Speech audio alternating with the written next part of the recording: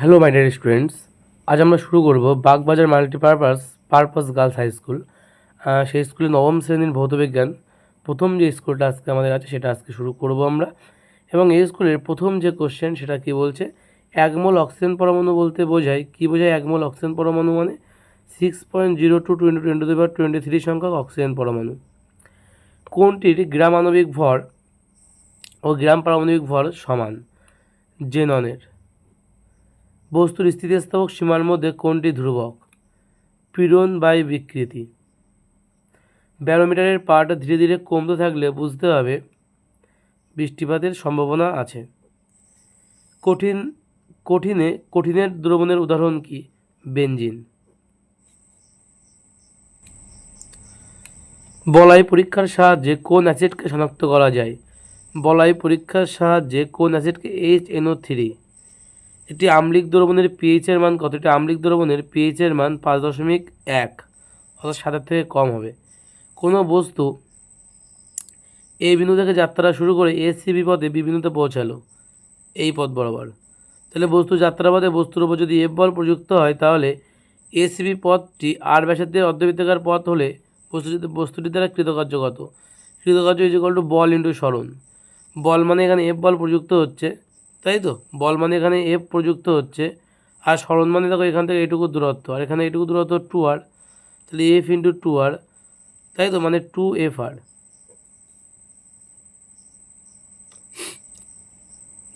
Next group B এর question কি বলছে দেখো।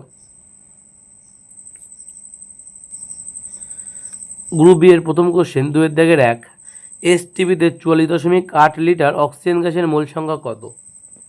কীভাবে করবে দেখে নাও। এসটিভিতে 22.4 লিটার গ্যাসের মোল সংখ্যা হচ্ছে, যদি 1 মোল হয় তাহলে 1 লিটারের জন্য কত হবে? 1/22.4, তাই তো? আচ্ছা, 44.8 লিটার হলে কত হবে?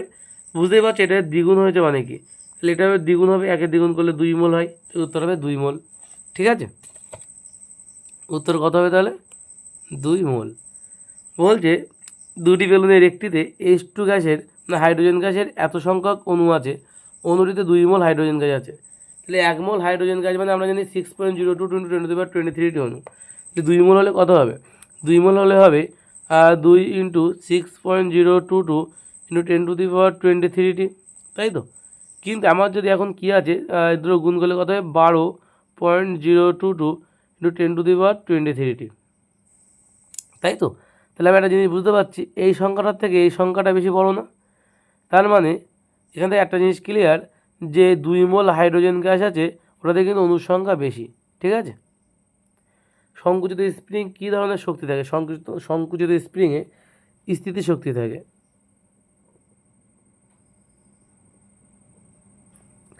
জলের দ্রবণ মেশালে পিস্টনের কিরূপ পরিবর্তন হয়? বৃদ্ধি পায়।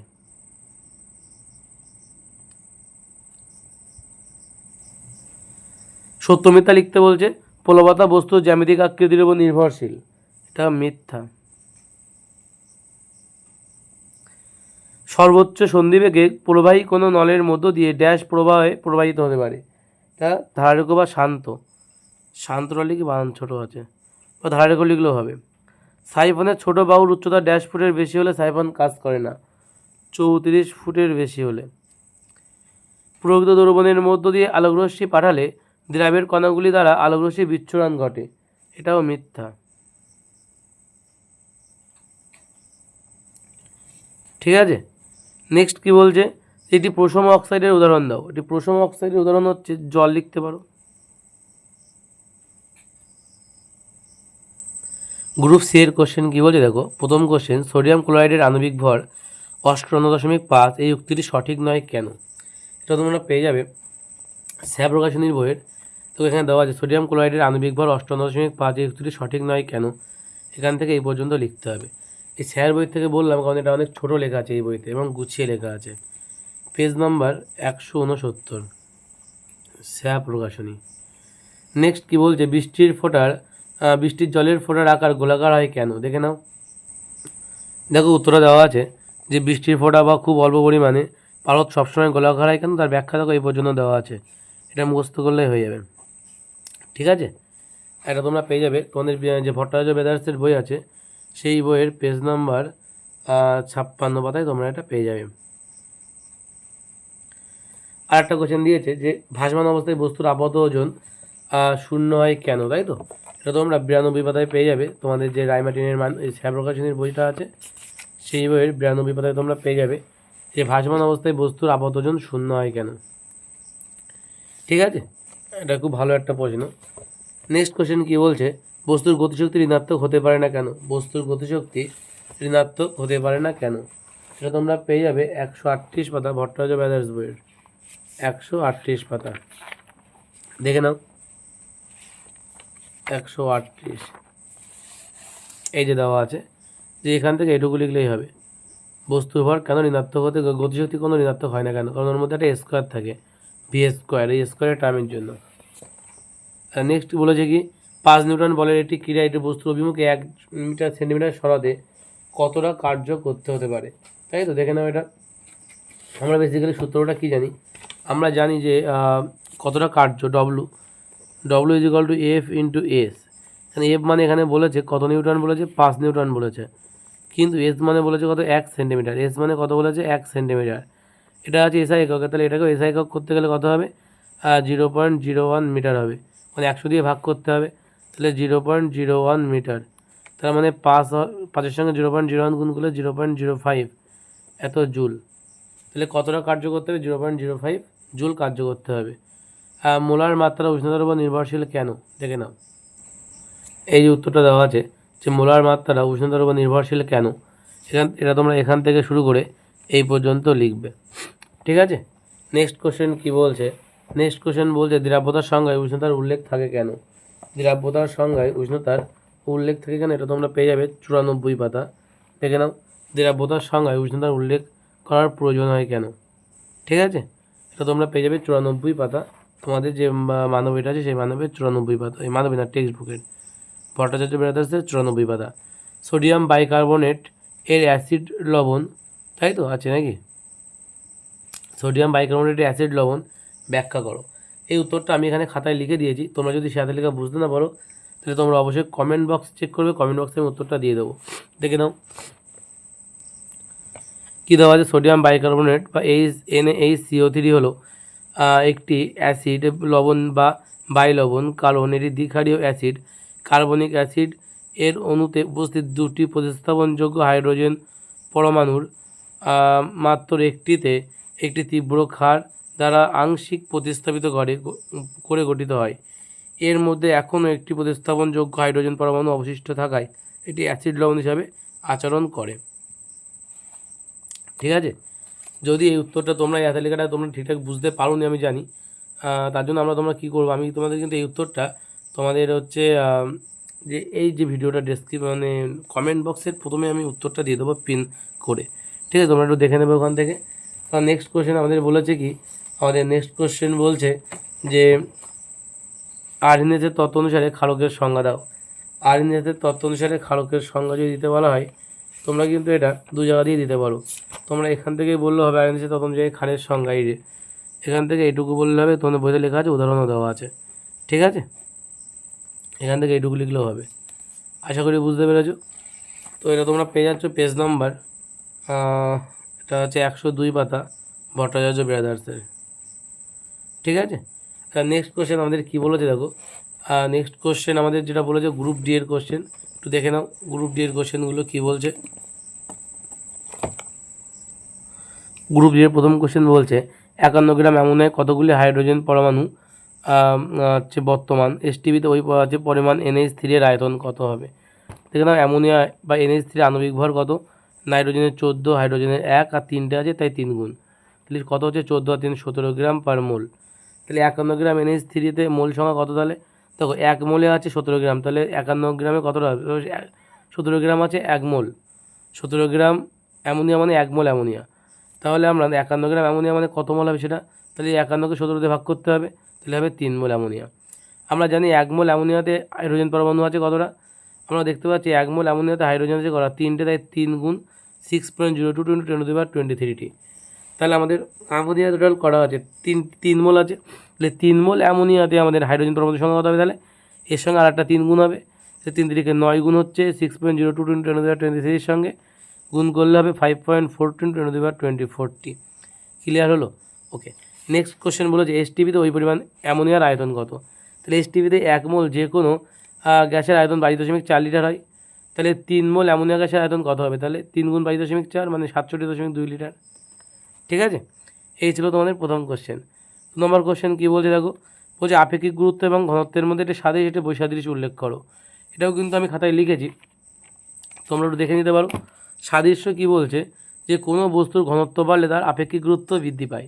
সাদৃশ্য কী বলছে, যে কোনো বস্তুর ঘনত্ব বাড়লে তার আপেক্ষিক গুরুত্ব বৃদ্ধি পায় এবং দুটো রাশি বস্তুর উপাদানের প্রকৃতির উপর নির্ভর করে। আর বৈসাদৃশ্য কী বলছে, ঘনত্বের একটি নির্দিষ্ট একক আছে কিন্তু আপেক্ষিক গুরুত্বের কোনো নির্দিষ্ট একক নেই, অর্থাৎ এটি একটি মাত্রাহীন রাশি। আশা করি বুঝতে পেরেছো। ওকে, 2 নম্বর কোশ্চেনে কী বলেছে, আরেকটা কোশ্চেন আছে আর্কিমিডিসের নীতিটি লেখো। আর্কিমিডিসের নীতি তোমরা পেয়ে যাবে 52 পাতা, তোমাদের যে ভট্টাচার্য ব্রাদার্স বই আছে সেই বইয়ের। এই যে কোনো বস্তুকে এখান থেকে শুরু করে এই পর্যন্ত, এটাই কিন্তু আর্কিমিডিসের নীতি। ঠিক আছে, তো নেক্সট কোশ্চেন দেখো কী বলছে। নেক্সট কোশ্চেন বলছে যে ধারারেখ প্রবাহ ও শান্ত প্রবাহের মধ্যে একটি পার্থক্য লেখো আর বার্নৌলির উপপাদ্যটি লেখো। শান্ত প্রবাহ ও ধারারেখ প্রবাহের মধ্যে একটি পার্থক্য যে লিখতে বলে, এটা তোমরা পেয়ে যাবে ছায়া প্রকাশনীর বইয়ের 112 পাতা। একটু দেখে নাও ছায়া প্রকাশনীর বইয়ের 112 পাতা, এই যে দেওয়া আছে ধারারেখ প্রবাহ ও শান্ত প্রবাহের মধ্যে পার্থক্য। বুঝতে পেরেছো? 2-3টে পয়েন্ট দেওয়া আছে এখানে, এগুলো একটু ভালো করে দেখে নেবে। আচ্ছা, একই সঙ্গে দেখো বলেছে কি যে বার্নৌলের নীতিটি লেখো এবং এর গাণিতিক সমীকরণটি লেখো। দেখে নাও, বার্নৌলের নীতি হচ্ছে একদম বলে দেওয়া আছে একই পেজে, দেখো একদম বলে দেওয়া আছে বার্নৌলের নীতি, ছোটো করে লেখা আছে। ঠিক আছে, এবং এর হচ্ছে তোমার গাণিতিক রূপ কী হবে, এইটা হবে গাণিতিক রূপ। ঠিক আছে, এটা লিখে দেবে গাণিতিক রূপ হিসাবে। আশা করি বুঝতে পেরেছো। ঠিক আছে, আর যদি পুরোটা লিখতে চাও তাহলে খুব ভালো হয়, পুরোটা লিখলে খুব ভালো হয়, বা এটুকু লিখলে হবে, কিন্তু এটুকু লিখতে গেলে তোমার পুরোটা লেখাই বেটার আমার মনে হয়, তো তোমরা পুরোটাই লিখে দেবে। ঠিক আছে, এই দুটো কোশ্চেনই তোমরা কিন্তু স্ক্রিনশট মেরে নাও। ঠিক আছে, আচ্ছা নেক্সট কোশ্চেন কী বলছে, বস্তুতে বল প্রযুক্ত হলেও কী কী অবস্থায় কার্য হয় না। যে বস্তুতে বল প্রয়োগ হলেও কী কী অবস্থায় কার্য হয় না। দেখে না উত্তরটা কী হবে, এই যে দেওয়া আছে বস্তুতে বল প্রযুক্ত হলেও কী কী অবস্থায় কার্য হয় না। এখানে দেখো, এখান থেকে এটুকু তোমরা লিখে দেবে। এই বইটাতে অনেক ছোটো ছোটো উত্তর থাকে, ওই জন্য আমি এই বইটা থেকে দিচ্ছি আজকে। রাইমেটিন খুব একটা ইউজ করছি না আজকে, নেক্সট দিনে স্কুলে রাইমেটিন ইউজ করবো। ঠিক আছে, আচ্ছা নেক্সট কী বলেছে দেখো, বলেছে 2 কেজি ভরের একটি বস্তুকে, আচ্ছা কোশ্চেন তোমরা আশা করি দেখতে পাচ্ছ না, সুতরাং তোমাদের দেখানোর জন্য। ঠিক আছে, এবার দেখো 2 কেজি ভরের একটি বস্তুকে 100 মিটার উঁচু মিনারের উপর থেকে ছেড়ে দেওয়া হলো, ছেড়ে দেওয়ার 1 সেকেন্ড পর গতিশক্তিতে কী পরিবর্তন হবে। দেখে না উত্তরটা কী হবে, যে এম এর মান বলেছে 2 কেজি, ইউ বলেছে 0, তাই তো, মানে প্রাথমিক গতিবেগ 0, টি বলেছে 1 সেকেন্ড, জি এর মান বলেছে 9.8 মিটার পার সেকেন্ড স্কয়ার। এটা আমরা জানি, বলবে না এটা, আমরা জানি ভি ইকুয়াল টু কী হবে, ইউ প্লাস জিটি।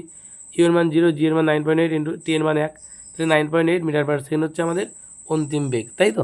তাহলে 1 সেকেন্ড পরে গতিশক্তি কত হবে, তাহলে হাফ এম ভি স্কোয়ার, হাফের জায়গায় হাফ থাকলো, এম এর জায়গায় কত হবে, এম এর জায়গায় বসবে 2, কারণ ভরে এম এর মান 2 ছিল, আর ভি এর জায়গায় 9.8 তার স্কোয়ার, তখন কত হবে 96.04 এত জুল। এগুলোকে গুণ করলে 2 2 কেটে যাবে, এবং 9.8কে যদি আমি স্কোয়ার করি তাহলে কত হবে 96.04 জুল। ঠিক আছে, এটাই কিন্তু অ্যান্সার হবে 96.04 জুল। তারপরে বলে যে দেখো অবাধে পতনশীল বস্তুর ক্ষেত্রে শক্তির সংরক্ষণ নীতি ব্যাখ্যা করো। ঠিক আছে, দেখে না উত্তরটা কী হবে, 305 পাতায় আছে এটা। এই যে অ্যাকচুয়ালি ওই শক্তি সংরক্ষণ নীতি, যান্ত্রিক শক্তি সংরক্ষণ নীতি একই। ঠিক আছে, তো এটাই তোমরা দেখে নাও, এখান থেকে এইটুকু লিখবে ডেড লাইন। ঠিক আছে, এইটুকু তোমরা লিখলে। আচ্ছা, এখানে একটা কথা বলেছে একই সঙ্গে দেখো, যে নিজেদের ব্যাখ্যা করো। ব্যাখ্যা করতে বলছি তোমরা শুধু এইটুকুই লিখে দেবে। তবে আমি একটা কথা বলবো, তোমরা এই অবাধে পতনশীল বস্তুর ক্ষেত্রে যান্ত্রিক শক্তি সংরক্ষণ নীতিটি প্রতিষ্ঠা করে, এটা কিন্তু একটা ভালো প্রশ্ন হিসাবে তোমরা করে রাখতে পারো। ঠিক আছে, এটা তোমাদের বইতেও পেয়ে যাবে এটা। ঠিক আছে, আচ্ছা নেক্সট একটা কোশ্চেন বলেছে এখানে, যে 1 হর্স পাওয়ার সমান অশ্ব ক্ষমতা সমান কত ওয়াট। মনে রাখবে 746 ওয়াট। ঠিক আছে, 746 ওয়াট। নেক্সট কোশ্চেন কী বলছে দেখো, আচ্ছা নেক্সট কোশ্চেনে বলেছে যে 25 ডিগ্রি সেন্টিগ্রেড উষ্ণতায় 40 গ্রাম জলে 4 গ্রাম দ্রাব্য দ্রবীভূত করা যায়, যে দ্রাব্যটির দ্রাব্যতা কত হবে দ্রব্যটির। দ্রাব্যতা বের করার সূত্র হচ্ছে সম্পৃক্ত দ্রবণে দ্রাবের ভর বাই সম্পৃক্ত দ্রবণে দ্রাবকের ভর। দ্রাবের ভর বলেছে 4 আর দ্রাবকের ভর বলেছে 40, ইন্টু পাশে 100 ছিল 100 দিয়ে দিলাম, শূন্য শূন্য কাটলাম, 4 4 কাটলাম, 10 আনসার। ঠিক আছে, এটার উত্তর কত হবে তাহলে? 10 হবে দ্রাব্যতা। আচ্ছা, নেক্সট কোশ্চেন কী বলেছে, এটি গ্লুকোজ দ্রবণের শক্তিমাত্রা এত মোল পার লিটার হলে আয়তন ভিত্তিক শতাংশ দ্রবণের শক্তিমাত্রা নির্ণয় করো। খুব গুরুত্বপূর্ণ একটা প্রশ্ন, দেখে নাও। বেসিক্যালি গ্লুকোজের সংকেত কী হয়? C6H12O6। এর আণবিক ভর যদি বের করি আমরা, তাহলে কার্বনের 12, 12 গুণ 6, ঠিক আছে, হাইড্রোজেনের 1, 1 গুণ 12, আচ্ছা এখানে 1 গুণ 12 হবে, একটু ভুল করা আছে, 1 গুণ 12, প্লাস অক্সিজেনের কত? 16, 16 গুণ 6। এগুলোকে যদি আমরা গুণ করি, গুণ করলে আমাদের হবে 180 গ্রাম পার মোল। কত হবে? 180 গ্রাম পার মোল। আচ্ছা, মোলারিটি বা শক্তিমাত্রা কত বলেছে? 0.8 হচ্ছে মোল পার লিটার, এটা আমার বলে দেওয়া আছে প্রশ্নে। আচ্ছা, এর অর্থটা কী তাহলে? আমরা জানি 1 লিটার বা 1000 ml দ্রবণে কী হবে? 0.8 মোল গ্লুকোজ আছে, এটা আমরা বলতে পারি। যে 1 লিটার দ্রবণে 0.8 মোল গ্লুকোজ আছে, বা 1000 ml দ্রবণে 0.8 মোল গ্লুকোজ আছে, এটা আমরা বলতে পারি। তার মানে আমরা ওটাই লিখলাম। তাহলে গ্লুকোজের ভর যদি আমরা বের করি, তাহলে 1000 ml হচ্ছে দ্রবণে গ্লুকোজের ভর তাহলে কত হবে? এই যে শক্তিমাত্রা 0.8, ঠিক আছে, যে পরিমাণ যত মোল আছে তার সঙ্গে 180 গুণ হয়ে যাবে, তার আণবিক ভর গুণ হয়ে যাবে। ঠিক আছে, কত হবে তাহলে? 144 গ্রাম। আচ্ছা, তাহলে 100 ml দ্রবণে গ্লুকোজের ভর কত হবে? তাহলে এটাকে 1000 দিয়ে ভাগ করতে হবে, তো পাশে আবার 100 দিয়ে দেবে গুণ, তাই তো? তাই করলাম, শূন্য শূন্য কেটে গেল, 144/10 মানে 14.4 গ্রাম। অ্যাকচুয়ালি এখানে মোলারিটি বলেছে না, এই শতাংশ দ্রবণের শক্তিমাত্রা কত? উত্তর হবে শতাংশ চেয়েছে না, তাই 14.4% দ্রবণের শক্তিমাত্রা। ঠিক আছে, দ্রবণের শক্তিমাত্রা কত? 14.4%। ঠিক আছে, এটা কিন্তু অ্যান্সার। তারপরে দেখো বলেছে যে কী ঘটবে সীমিত সমীকরণ সহ লেখো, তাই তো? প্রথমে বলেছে কি গাঢ় এই NO3 এর সঙ্গে কপার কুচি ফোটানো হলো। দেখো এই যে কপার, তার সঙ্গে কী হচ্ছে? অ্যামোনিয়া NH3, H4NH3 যদি বিক্রিয়া করে গাঢ় NH3, তাহলে কী করবে? বিক্রিয়া করলে দেখো কপার যে CuNO3 গ্রুপ 2 উৎপন্ন করছে, নাইট্রিক অক্সাইড উৎপন্ন করছে এবং জল উৎপন্ন করছে। ঠিক আছে, আর একটা বলে দেখো কি, যে সিলভার নাইট্রেট দ্রবণে HCl ঢালা হচ্ছে।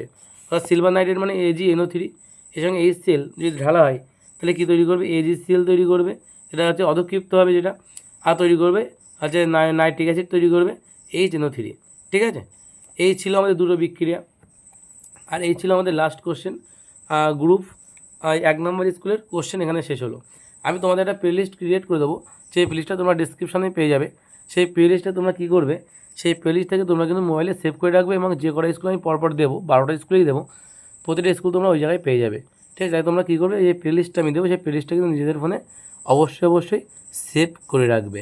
আজ এই পর্যন্তই থাক, দেখা হবে নেক্সট ভিডিওতে। তখন খুব ভালো থেকো, সুস্থ থেকো, নিজের খেয়াল রেখো।